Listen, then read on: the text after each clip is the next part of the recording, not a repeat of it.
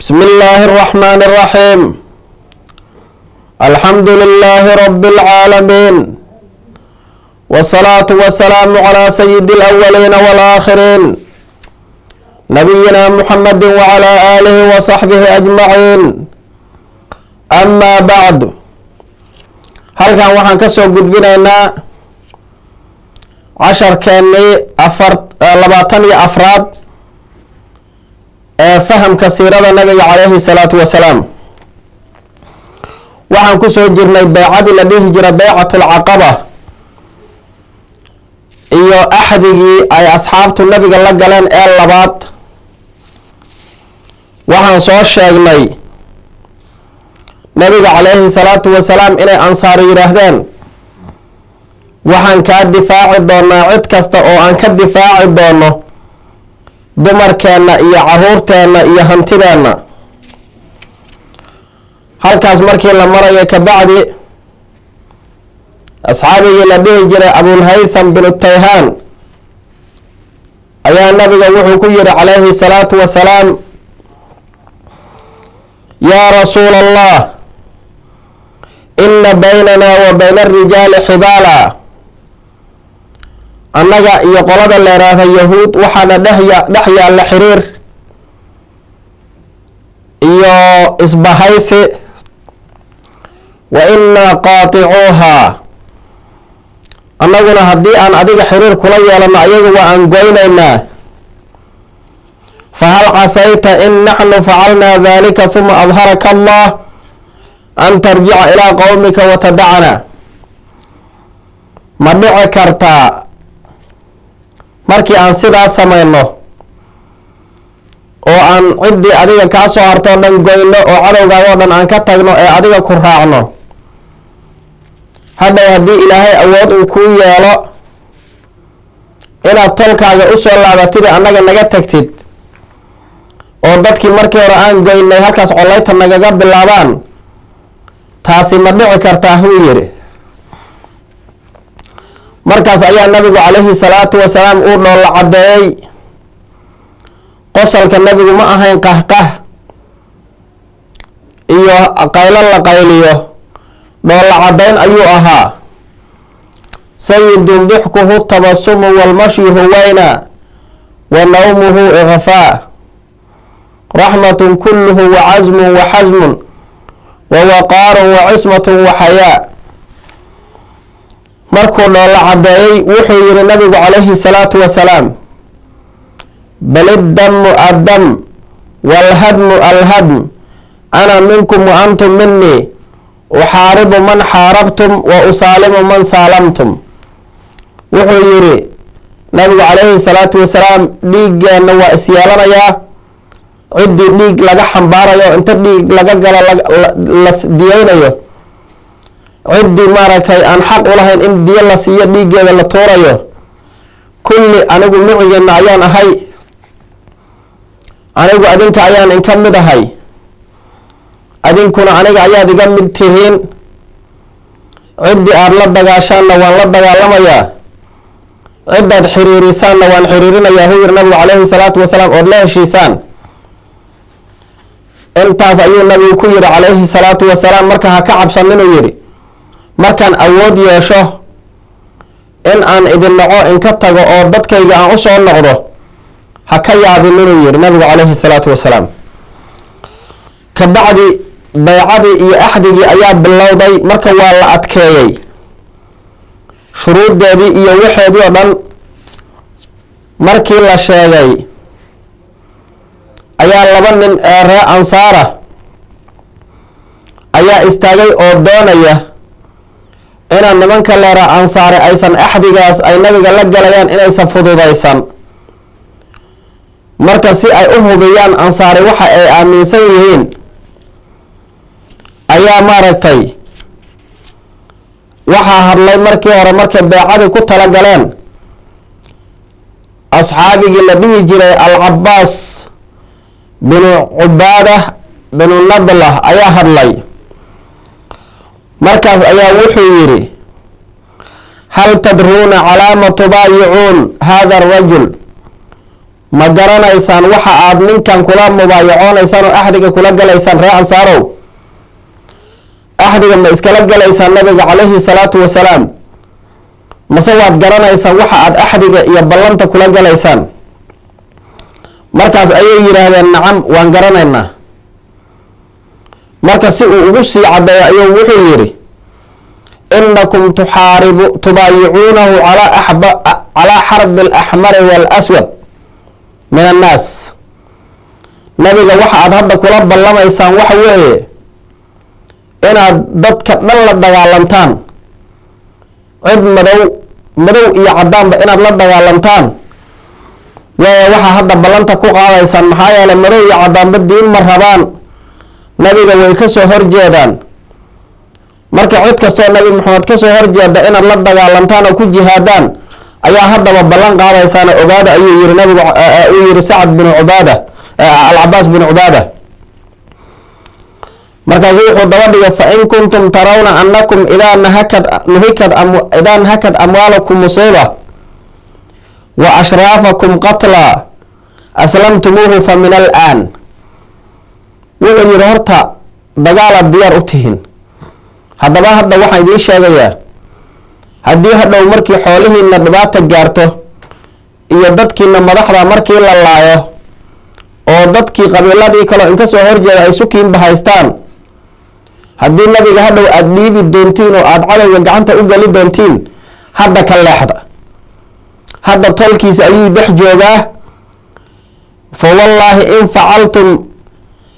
khizyu dunyaa waalaakhira waxa weeye haddii aada samaysaan taas oo hadhow markii aada xanuunsataan oo lainka awood bato aada nabiga soo dhiibtaan oo cadowga u gacan gelisaan waa hoog aakhire iyo adduun ah hoog aakhire iyo adduun ah marka taas haddii aada samayn doontaan haddaba ka leexda nabiga calayhi salaatu wasalaam faraha ka qaada ka leexda ha wadinina wadankiisa ka wadinina madiino maka tolkiisaa u jooga adeeryaalkiisaa jooga qaraabadiisaa jooga ayagaa difaacaya haddaba ballan ha qaadinina wain kuntum tarawna anakum waafuuna lahu bima dacawtumuuhu ilayhi calaa nahkati alamwaal wa qatli alashraaf fakhuduuhu fahuwa wallahi khayru dunya waalaakhira haddii laakiin aada aaminsan tihiin inaad ballanta oofi doontaan ballanta iyo mubaayacada iyo axdiga iyo waxa aada la gasheen nabiga haddaad hadhow fuli doontaan haddii xoolihiina musiibo kasta gaarto iyo haddii madaxdiina la laayo haddaadnan hadhow ballanta nabiga uga bixi doonin haddaba nabiga qaata oo wata oo wadankiini la aada ilaahay baan ku dhaartaye waa liibaan aakhire iyo adduun uhuu yiri marka wuxuu doonayay inuu ballanta adkeeyo oo uu ogaado ayagu waxa ay samayn doonaan markaas ayaa waxay yidhahdeen ansaar allah ka raali noqdee fa innaa na'khudu calaa musiibati alamwaal wa qatli alashraaf famaa lanaa bidalika yaa rasuula allah in naxnu wafiinaa bidalik annagu nabiga waan qaadanaynaa gurigeenna iyo wadankeenu inoo raacaya haddii xoolaheenna xataa musiibo kasta ku dhacdo haddii madaxdeenna la laayo nabi maxamed ka tagi mayno calayhi salaatu wasalaam laakiin rasuulka ilaahow intaas haddii aan samayno ee cid kastoo naga soo horjeeda aan la dagaalano adiga darta aan kula dagaalano maxaa annaga faa-iidahoon helaynaa rasuulka allow maxay ta faa-idada noogu jirtaa markaas ayuu nabigu yihi calayhi salaatu wasalaam aljanna janno ayaa helaysaan marba haddaa ballantaas inta qaadaan a ka soo baxdaan faa-idada aada helaysaani waa jannu yihi nabigu calayhi salaatu wasalaam allahu akbar markaas ayay yihaa obsod yadaka fabasada yadahu fabaayacu markaas ayay nabiga yihaa rasuulka ilah gacanta noo soo taag markaa ayaa nabigu gacanta u taagay oo la mubaayacooday marka riwaayooyinka qayb axaadiista qayb waxay ku daraan markii nabigu gacanta usoo taagay oo uu doonay inuu la mubaayacoodo ayaa nabiga gacantiisa waxaa qabtay ascad binu zuraara asxaabigii la dhihi jiray oo ayaga ugu da-yara 70 nin ugu da-yaraa marka ayaa wuxuu yihi ruwaydan yaa ahla yathrib waree madiinow bal u kaaja tartiib ha degdeginina inaa lam nadrib ilayhi akbaad alibil ilaa wanaxnu naclamu anahu rasuulu llah. annagu wuxuu yihi markii aan soo safraynay oo geelana soo raranay oo usoo soconnay iskama aanan soo socono ma soo aadin ee waxaan ogeyn inuu rasuulka ilaahay yahay. taas waa yaqiinsanayn, shaki noogama jirin. markaan safarkaas soo gelaynay waa yaqiinsaneen wuxuu yahay nabigu calayhi salaatu wasalaam. wa ana ikhraajahu alyawm mufaaraqatu alcarabi alkaafa, mufaaraqatu alcarab alkaafa, bixinta maanta aan nabiga kaxaysanayno oo maka ka wadanayno madiina u wadanaynaahayna waxa weye carab oo dhan oon horta isdayno wey. maxaa yeele carab oo dhan nabiga waa ay diidantaha sooma calayhi salaatu wasalaam. marka nabi maxamed haddaad doorataan carabna waa isdaydan kow. wa qatlu khiyaarikum, iyo dadkiina wa wanaagsan oo la laayana weyo dagaalaa dhici doona, caraba isla dagaalami doontaan oo fooda isdari doontaan. wa an tacadakum suyuuf, iyo seeftu inay hadhow idin qaniinto carabi inta dagaal in kusoo qaado gacanta la idin saaro. horta taas wey hadda ballantaa qaadayda, asna ballantii raba in kusii adkeeyo. fa amaa antum tasbiruuna calaa dalika fakhuduuh wa ajrukum cala allah. wa imaa antum takhaafuuna min anfusikum khiifatan fadaruuhu fahuwa acdaru lakum cinda allah. wuxuu yihi haddii aada ballantaas oofi doontaan oo markii carabi inku soo jeesato carab oo dhan idinla dagaalamto aada hadhow aadnan u jixi doonin ee nabiga ilaahay aada dooran doontaan, haddaad saa ku adkaysan doontaan nabiga hadda ka haysta. waa aakhiro iyo adduun liibaantood ajarkana ilaahay aad ka helaysaan. haddaadna ballanta ka bixi doonin ina adkaysan doontaan allah ilaha sax waa ku taageersanahay wata nabiga calayhi salaatu wasalaam. laakiin hadhow markii aada cabsataan oo carabi dagaal idinku soo weerarto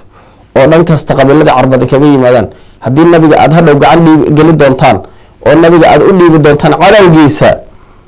hadda ka leexda ilaa agtiisa cududaarad haysataanoo hadda waxaadna awoodi karin ma dul saarina, haddaba nabiga hawadin inuu yiri nabiga ha qatalinina. markaas ayay sidii horeo kala yidhaahdeenoo waxay yidhahdeen yaa ascad amid cannaa yadak fawallaahi laa nadaru hadihi albayca walaa nastaqiluha. ascadow dhaaf gacantaada naga wareeji, noo sii daa nabiga calayhi salaatu wasalaam. ilaahay baan ku dhaaranay baycadan kama tagayno mana yeelayno in nala ka wareejiyo, ballan weeye nabigeena calayhi salaatu wasalaam annagaa wadanayna annaga kaxaysanayna dhaaf. sacad markuu arkay inay marka diyaar u yihiin inay tadxiyo iyo naftooda ay u huraan nabiga calayhi salaatu wasalaam. hadda ascad waa ninkii oo muscab bin cumayr daaciga la ahaa. markaas ayuu allah ilaah uu bilaabay baycadii oo wuxuu ahaayaa la yidhaahdaa ninkii ugu horeeyay ee nabiga la mubaayacoodo ayuu ahaa ayaa la yidhahdaa. taas marka waxa weeye waxaa bilaabatay intaa ka bacdi baycadii iyo mubaayacadii caamka ahayd ee guud ayaa bilaabatay. markaas ayaa jaabir wuxuu yihi nabigu calayhi salaatu wasalaam faqumnaa ilayhi rajulan faakhada calayna albayca yucطiinaa bidalika aljanna. markaas ayaa wuxuu yihi 70 nabiga inta mid ugu istaagnay ayaa niba markiisa u tagay nabiga la mubaayacoodo gacanta uu saaray asagoo nabigu qof kastaba ballan jannada u qaaday. yucطiina bidalika aljanna, jannada isoo noo ballan qaadayo leh waxa weeye jannaadna leedihiin ballantan maadaama aad i taageeraysaan xaqa igu caawinaysaan jannaad leedihiin. marka gacantay wada geliyeen markii laga reebo labadii gabdhood ee ansaareed ee la socday ciid asxaabtan oo ahaa nusayba bintu kacab iyo asma bintu camar, labadoodaas nabigu gacanta kuma qaban oo labadoodaas dhacdadan waa ay xaadireen ayaga afkaa nabigu kala mubaayacoodo maa saafaxa rasuulullaahi sala allahu calayhi wasalam imra'atan ajnabiya qad. nabigu haweeney ajnabi ah weligiis gacanteeda ma ruxin, gacanteeda ma qaban. caaishana xadiidkii bukhaariga ahaa ilaahay baan ku dhaartay gacanta nabigu ma aysan taaban gacan naag ajnabiyu yiri nabigu aytir caaisha. marka nabiga calayhi salaatu wasalaam dumarkiina anigu dumarka ajnabiga ma taabto dhihi jira gacantu kula mubaayacooda. wuxuu kala mubaayacooda afka ayuu kala mubaayacooda. intaa kadib markii ballantaasi ay dhacday adag nabigu calayhi salaatu wasalaam wuxuu doonay in dadkan faraha badan ee meesha yimid oo 70 gaaraya inay madax yeeshaan iyo hogaamiyaal hadhow wixii talada ah ay uga dambeeyaan maxaa yeelay hogaankana waa ka bedelan yahay hogaankii hore ee reer ansaar lahayn hogaamadii hore kuwa aan diin iyo khayr iyo midna ku dhisnayn ay ahaan laakiin hadda waa hogaamo oo diini ah hogaamo diini ah wey markii baycadii dhamaatay ayaa nabigu calayhi salaatu wasalaam wuxuu ku yiri اختاروا 12 رجلا زعيما يكونون نقباء على قومهم soo doorta 12 nin oo madax ah oo hadhow idinka madax idin noqda soo doortiyo hogaamiyaal ah oo dadkooda hadhow madax u noqdo ninba u matala dadkii oo qodobadan iyo ballantan aan galnayna kafaalo qaada oo oofiya أخرجوا إلي منكم 12 نقيبا ليكونوا على قومهم بما فيهم إيسو صار لبيه تونن أو مدح كان أنيقا أو ينكا كامدا أو هدو دادكو هذا مدح أنه المسؤول كأهذا بلانتا يوحى اللي يقولوا أنه المسؤول كأهذا مركا عيا وحا لصور دورتا لبيه تونن أو مدح سقال وحا يهان قبيلك اللي يراهدو خزرج إلا أنصار وحا يهان أوسي خزرج sagaal khasraj ahaan maxaa yeelay khasraj badnaa saddexna waxay ahaan ree Aws magacyadoodu waa kan sagaalkii ree khasraj ayuu ku bilaabay marka hore kan kalaad wuxuu ahaa As'ad bin Zurara oo ninkii nabiga la hadlay waa khasraj kan labaad wuxuu ahaa Sa'ad bin Rabi' waa khasraji kan saddexaad wuxuu ahaa Abdullah bin Rawaha shaacirkii rasuulka كان أفراد وحوها رافع بن مالك بن عجلان كان شنب وحوها البراء بن معرور كان لحد وحوها عبد الله بن حرام كان تضبط وحوها عبادة بن صامد بن قيس كان سداد وحوها سعد بن عبادة كان سقال وحوها منذر بن عمر بن خنيس سقال كسر خزرج قبيل كلا رأي كتر سنة تضبط صدح ذاك أوس كتر سنة إلا أوس وكذا رأينه وأسيد بن حضير يا سعد بن خيثمة يا رفاعة بن عبد المنذر رواية قار أيا ماشا كان رفاعة بن عبد المنذر وحي كب الدلان أبو الهيثم بن التيهان أي كب الدلان انت كبعد نبي عليه الصلاة والسلام بيعدي يبلنتي عام كاهد جودة ضدك لقى لك بعدي بلن قولوه لمن كان الله سيقال النبي عليه الصلاة والسلام أو كمسؤولين أيضا مسؤولين وهنا النبي يقول أنتم على قومكم بما فيهم كفلاء ككفالة الحواريين لعيسى بن مريم وأنا كفيل على قومي أدينك وحو يري تلكين أياد مسؤول كتهين سيدي نمك حواريين تلبيه جري أي مسؤول أقوء النبي عيسى تلك أقوء أنا أقول المسلمين طبعا أياد مسؤول كأحد مركز أي يرهدن نعم رسولك إلهي انت كبعد بيعرس هذا النمو ايضا دماتي ايضا عد على ارجع الامر قد قضي بالليل لكن الشيطان ايا فشلي بيعدي شيطان معايا لما كان راى انصار markii baycadii sidaas ku dhamaatay isla habeenimo inta soo qulqulaan oo si qarsoodi u yimaadeen ay dadkeedii kala reer Madiina oo muslimiinta ahayn ee Madiina ka soo xajiyay ay iskala seexdeen waagi markuu bariyo waa la wada jiifaa shaydaan ayaa laakiin qayliyayo buur inta fuula iyo wuxuu sheegay in oo bayca xal halka ka dhacdo markaas nabigu ku yiri waa shaydaankan cadawga ilaahay waa ku soo jeesan doona oo nabigu ku yiri calayhi salaatu wasalaam marka raansar raamaka gaalada raamaka waa ay ogaadeen in wax jiraan waxa way wixina ma caday karaan waxa subaxdii baaritaan bilaabeen laakiin baaritaanka ka hor ansaar laftigooda waxa u diyaar garoobeen dagaal marba hadii wixii lala qayriyo wixii la fashilay hada rag lala dagaalami karo Soomaan waxa way عبادة بن عباس بن عبادة بن نضلة أصحابه اللي يرهده أيها وحو رسوله كيري والذي بعثك بالحق إن شئت لنميلن على أهل منا غدا بأسيافنا رسوله لا ورطواتنا أو شوافها فشلانتي لكن هدي أهرب تيجي البري من ضدك الجوج أو رامك سافتا سعرنا تقال أنا يا بكون بالعاب نير هذا كعب سنة يري إن أن كعب سنة يجا annagaaba ku bilaabaynu yiri beri markaasaa nabigu yihi calayhi salaatu wasalaam lam nu'mar bidalik walaakin irjicuu ilaa rixaalikum welina lama fasixun yiri nabigu calayhi salaatu wasalaam oo amarna lama siin inaan dagaalami karno ilaahay nooma ogolaan weliye ku laabta guryihiina ayuu yihi nabigu calayhi salaatu wasalaam markaas ayay guryahoodii ku laabteen ilaa ay ka waabariistaan quraysh marka warkii qayladii markii ay maqashay waxay bilowday quraysh cabasho inay soo gudbido oo ay reer madiino u soo cawdaan dadkii madiine ka yimid xajka oo reer madiine ahaa oo xajka yimid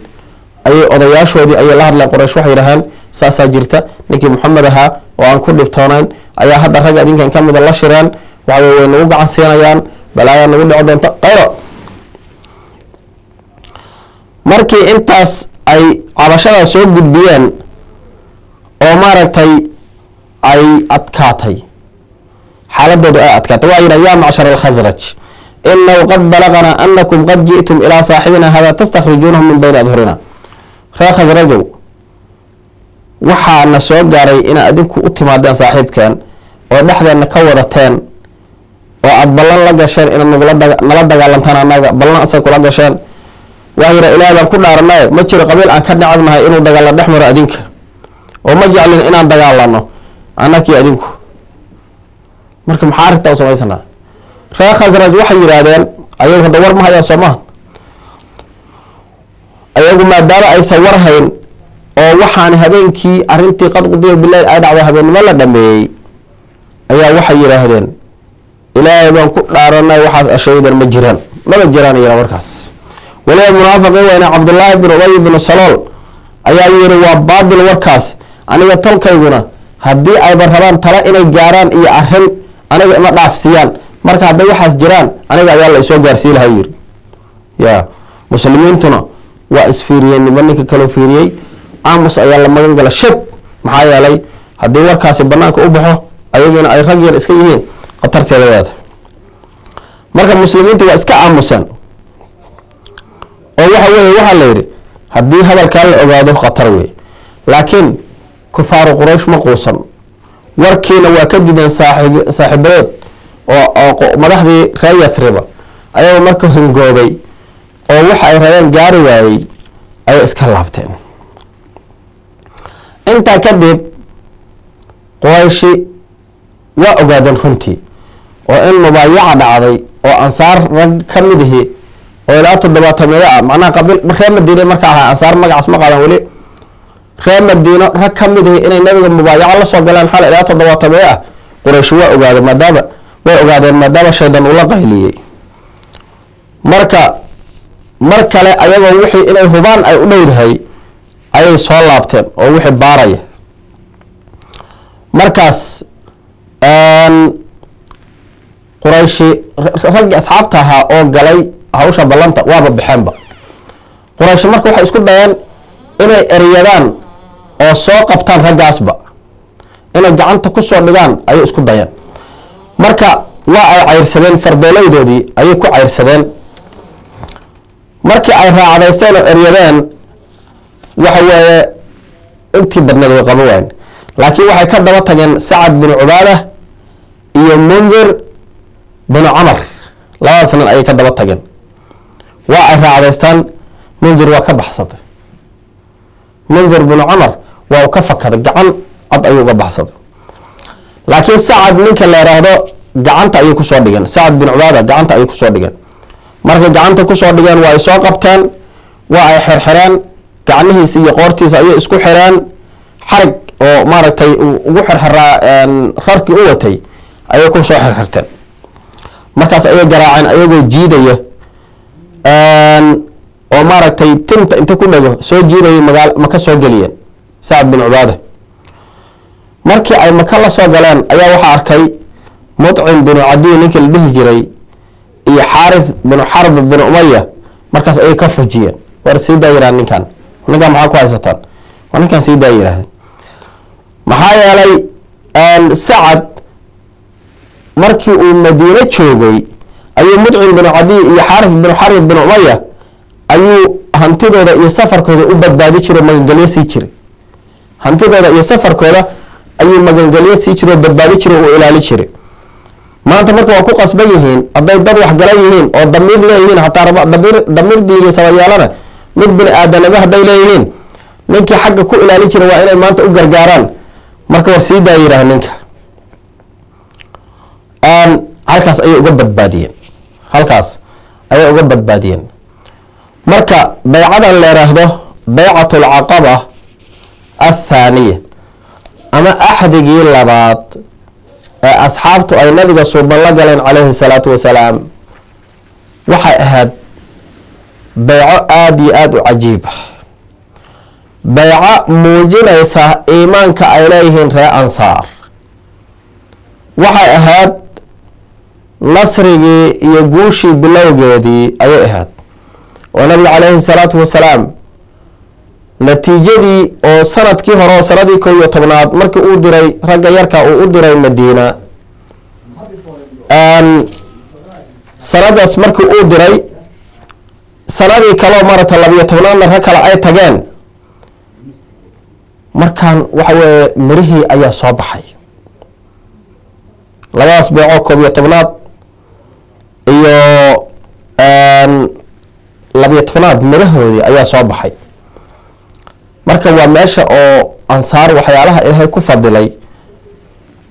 ilaahay uu ku sharfay maxaa yeelay reer Maka intaas ayay nabiga la joogay calayhi salaatu wasalaam intaas ay beeninayeen intaas ayay diidayeen ma ay saqaadan islaamka ilaa wax yar ma ahan laakiin ansaar si degdeg ah ku soo qaateen ilaa ansaar ay noqdeen iimaanka kuwa kamid ah jacaylkooda uu noqday iimaanka kuwa kamid ah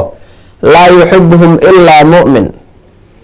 ولا يبغضهم إلا كافر والنبي عليه الصلاة والسلام أو كما قال أنصار وحا جعلادات مؤمن وحانا نبعادات قال أما منافق آية الإيمان حب الأنصار وآية النفاق بغض الأنصار في البخاري حديث بخاري والنبي عليه الصلاة والسلام على مدى إيمانك وقف كان إنه إيمان لا يهيتسير إيسا وأنصار أولا جعلاته calaamada tusinaysa in qofka munaafiq uu yahayna waa ansaar al-baad marka ansaar macnaheedu waxa weeye waa ku heeliyay nabiga u heeliyeen nabiga garab istaageen nabiga gacan siiyeen sallallahu alayhi wasallam ayadan Allah ka raali noqdo intaas marka ay dhacday ee reer ansaar ay nabiga ballantaas la galeen ayagoo Aws iyo Khazraj ah ayna u laabteen magaaladoodii Madiina